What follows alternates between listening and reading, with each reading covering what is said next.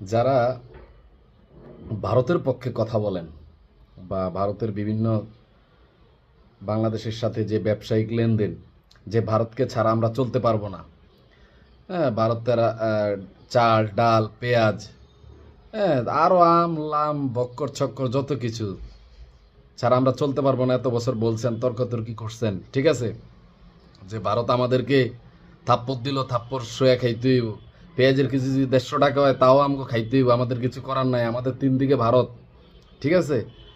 হ্যাঁ, যারা এত দিন লাফালাফি করছেন, শুনেন, তাদেরকে আজকে আমি বলতেছি, আমি আরও আগ থেকে বলতেছি, আমার কাছে টাকা আছে।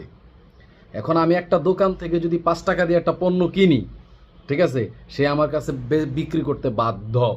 আর সে যদি বুঝে যে না, সে আমার থেকে কিনতে হবে, সে যদি দাম বাড়ায় আমি অন্য জায়গা থেকে কিনবো, আমার পকেটে টাকা আছে, আমার পকেটে টাকা আছে, এখানে 5 টাকা আমাকে দিচ্ছেন, আমি 60 টাকা দিয়ে কিনবো, সমস্যা নাই তো, ঠিক আছে।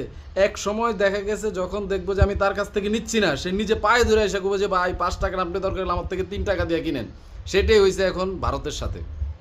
ইউনূস সরকারকে অসংখ্য ধন্যবাদ যে ভারতের এরকম একটা, মনে করেন যে, লাথি মারছে ব্যবসায়িক ক্ষেত্রে। শুধু ব্যবসায়িক ক্ষেত্রে বলতে ট্রাভেল ট্যুরিজম, চিকিৎসা ক্ষেত্র, তারপরে হচ্ছে আপনার পোর্টের যেই মালামাল পণ্য খালাস, ওইটাও ভারতের এখন আর বাংলাদেশে হয় না।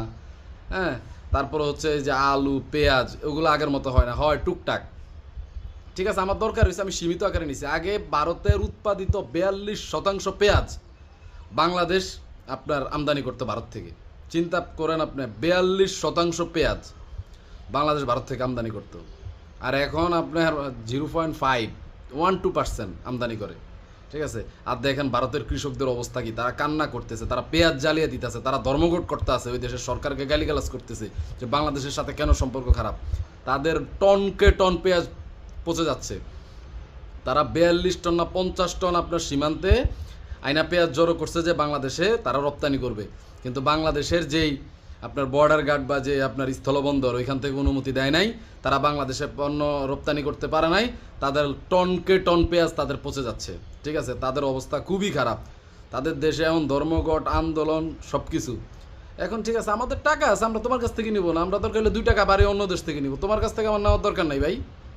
তোমার সাথে আমার কোনো ধরনের কোনো বন্ধুত্ব দরকার নাই, আমি অন্য দেশ থেকে নিব, 5 টাকা দিয়ে না। আমি নিজে, আমাকে যদি পেঁয়াজ বলে যে 20 টাকা ইন্ডিয়া থেকে নিতে, হ্যাঁ, কেজি, আমি নিব না। আমার যদি সরকার বলে যে 40 টাকা দিয়ে তুরস্ক থেকে পাকিস্তান থেকে নিতে, আমি পার্সোনালি নিব, আমি 20 টাকা আরও বাড়তি খরচ করবো। তো ভারতকে কখনো ভালোবাসা যাবে না, ভারতের সাথে কোনো সম্পর্ক নাই। এই দেশকে 50 থেকে 100 বছর পিছিয়ে দিছে এই ভারত, 50 থেকে 100 বছর পিছিয়ে দিছে। এমন কোনো অকারেন্স